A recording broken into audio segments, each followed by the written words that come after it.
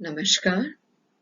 आज का हमारा टॉपिक है रोमन ज्योग्राफर और उसके अंदर हम चर्चा करेंगे स्ट्रैबो के बारे में। रोमन ज्योग्राफर्स के बारे में हम जो बात करना चाहेंगे वो यूनानियों के पश्चात राजनीतिक शक्ति रोमन्स के हाथ में आई थी। रोमन्स के हाथ में आई fall of Greek empire and rise of Roman empire. फिर उसके बाद में क्या हुआ कि जो रोमन्स थे वो ना तो ज्यादा फिलोसफिकर थे ना वो साइंटिफिक थे, बट दे आर एक्टिव। और उस समय का जो रोमन्स के समय का जो वर्ल्ड एक्सटेंडेड था वो था सेंट्रल यूरोप तक, फ्रांस तक, ब्रिटेन तक। तो सबसे पहले हम चर्चा करेंगे स्ट्रेबो के बारे में।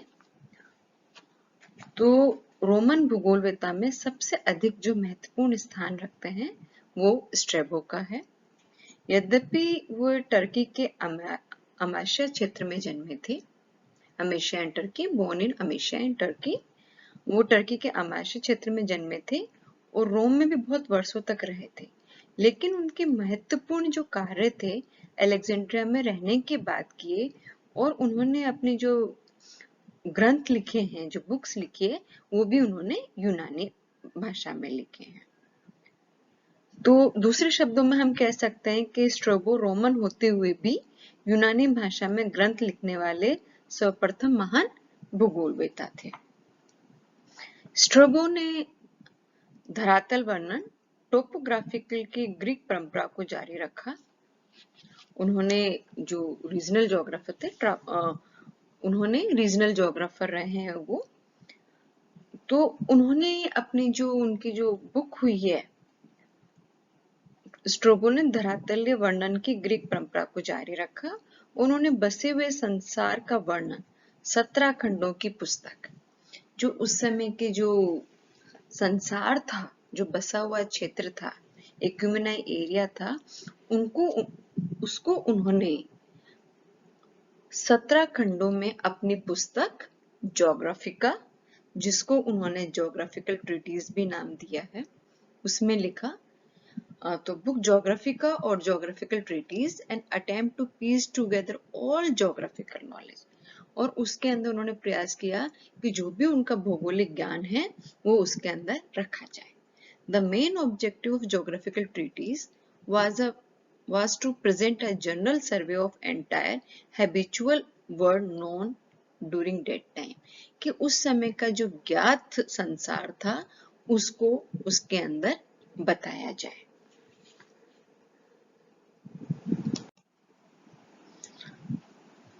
तो जो उनकी फेमस बुक थी ज्योग्राफिका, जिसको ज्योग्राफिकल ट्रीटीज भी कहा गया है, उन्होंने उसके अंदर अपने जो भी उनकी भौगोलिक जानकारी थी उसको उसके अंदर उन्होंने संग्रह किया। ये जो पुस्तक थी ज्योग्राफिका, ये इसके 17 वॉल्यूम्स थे, 17 इसके वॉल्यूम्स थे। और उन 17 वॉल्यूम्स के अंदर इन्होंने फर्स्ट 2 वॉल्यूम्स जो दिए हैं, पहले जो 2 वॉल्यूम्स दिए हैं, first volume consist description of world and systematic geography, fundamental principles contributing by Greeks. तो पहले 2 वॉल्यूम्स के अंदर इन्होंने बताया है कि जो इन्होंने ज्योग्राफी विषय की प्रस्तावना दी है, उस प्रस्तावना के अंदर उसके उद्देश्य एवं मूलभूत सिद्धांतों का वर्णन किया है। इन नियमों वे सिद्धांतों के आधार पर विश्व के विभिन्न क्षेत्रों एवं ज्ञात महाद्वीपों की सामान्य जानकारी इन्होंने प्रस्तुत की है। इसके बाद में इनकी जो 2 वॉल्यूम्स और आई, 17 में से 2 वॉल्यूम्स तो जनरल डिस्क्रिप्शन और उसके बारे में फंडामेंटल प्रिंसिपल्स के ऊपर थी। 2 और जो उसके वॉल्यूम थे वो किसके ऊपर थे? यूरोप के ऊपर। 6 वॉल्यूम एशिया के ऊपर और 1 वॉल्यूम इनका आया अफ्रीका के ऊपर। तो इस तरह से 17 वॉल्यूम्स इन्होंने बुक निकली और उसके अंदर इन्होंने डिफरेंट महाद्वीपों के बारे में जानकारी दी। इसलिए हम कह सकते हैं कि ये रीजनल ज्योग्राफर रहे हैं। दूसरी उनकी पुस्तक रही है हिस्टोरिकल मेमोर, और उसके भी उन्होंने 43 वॉल्यूम्स निकाले थे।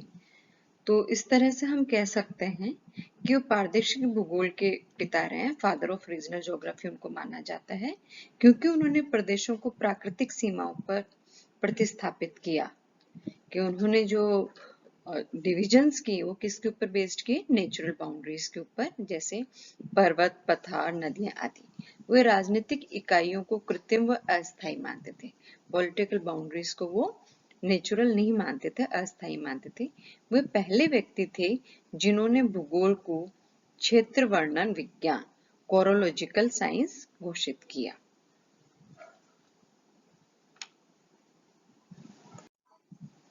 जो उनकी ट्रेवल्स रहे हैं, परमानेंट ट्रेवल्स जो उनके रहे हैं, तो उन्होंने पूर्व दिशा की ओर से, पूर्व दिशा से अपन देखें, वो पूर्व दिशा की ओर से आर्मेशिया की सीमा से बढ़ते हुए पश्चिम में टायरियन सागर के तटों तक की यात्रा की।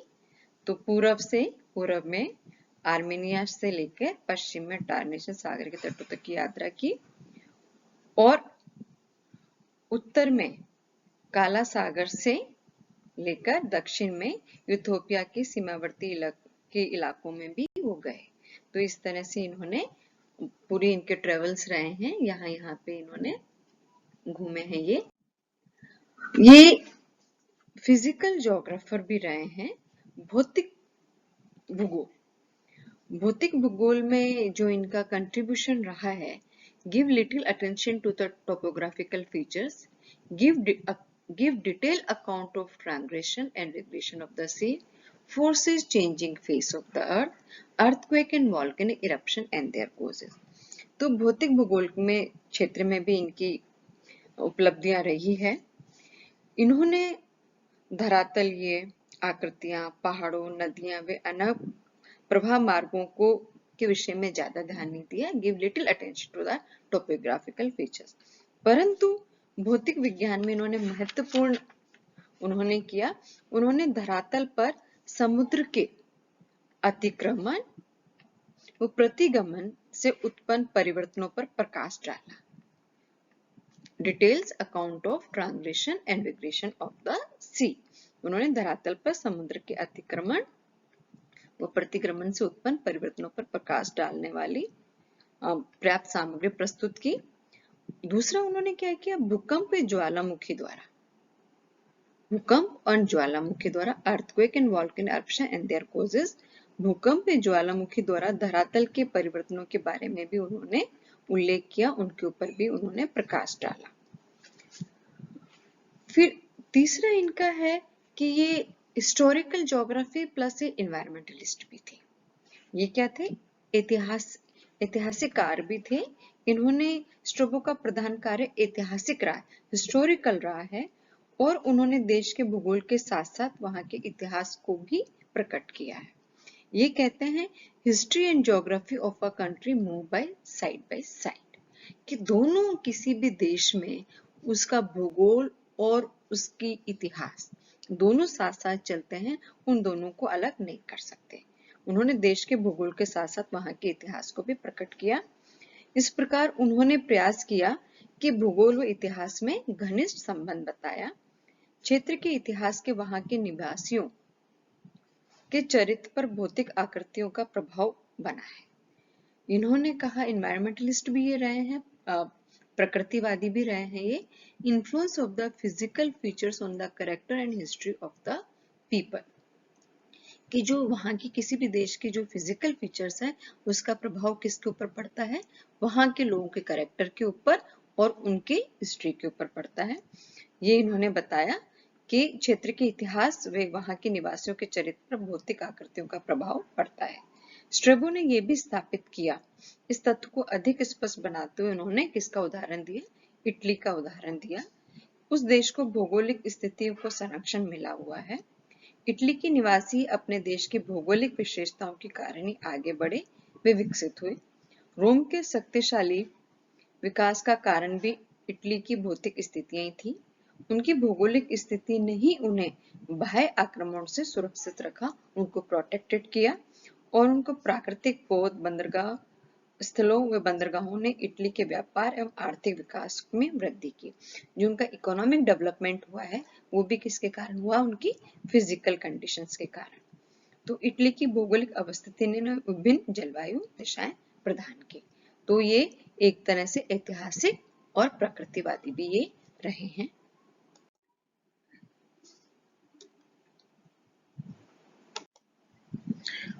और उनकी एक और उपलब्धि नहीं है गणितीय भूगोल के अंदर, मैथमेटिकल ज्योग्राफी के अंदर।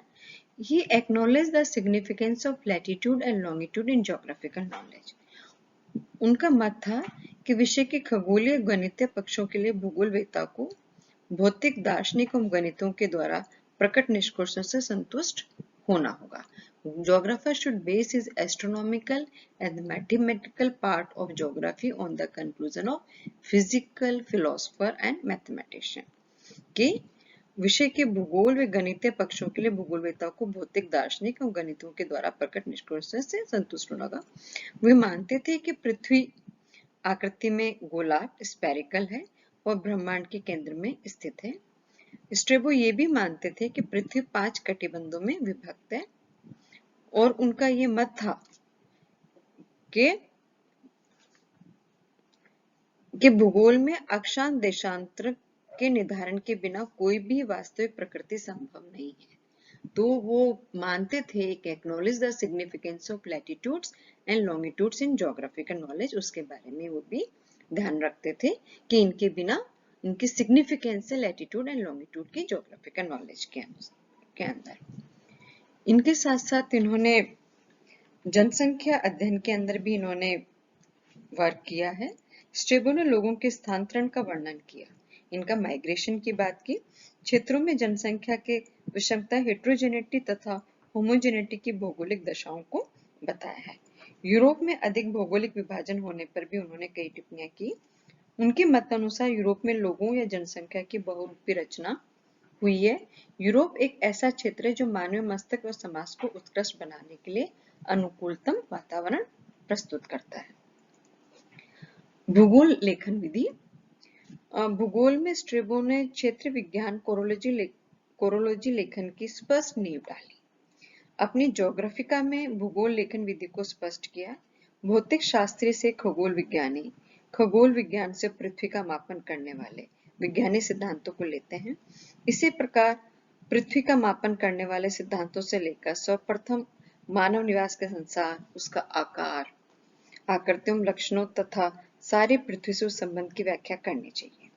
भूगोलवेत्ता का यही एक विशिष्ट कार्य है। उन्होंने नील नदी के डेल्टा का भी अत्यंत गहराई से वर्णन किया है। वो नील में आने वाली बाढ़ का वर्णन विस्तार पूर्वक करते हैं। ये विषय यूनानियों में विचार विमर्श का भी विषय बना था।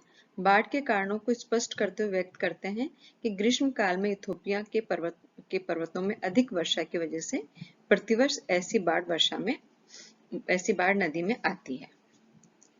तो स्ट्रेबो एकमात्र भूगोलविद थे जिन्होंने अत्यंत सरल व रोचकता से प्राचीन कालीन भूगोल की शाखाओं, ऐतिहासिक, राजनीतिक, भौतिक एवं गणितियों के बारे में लिखा। Thank you.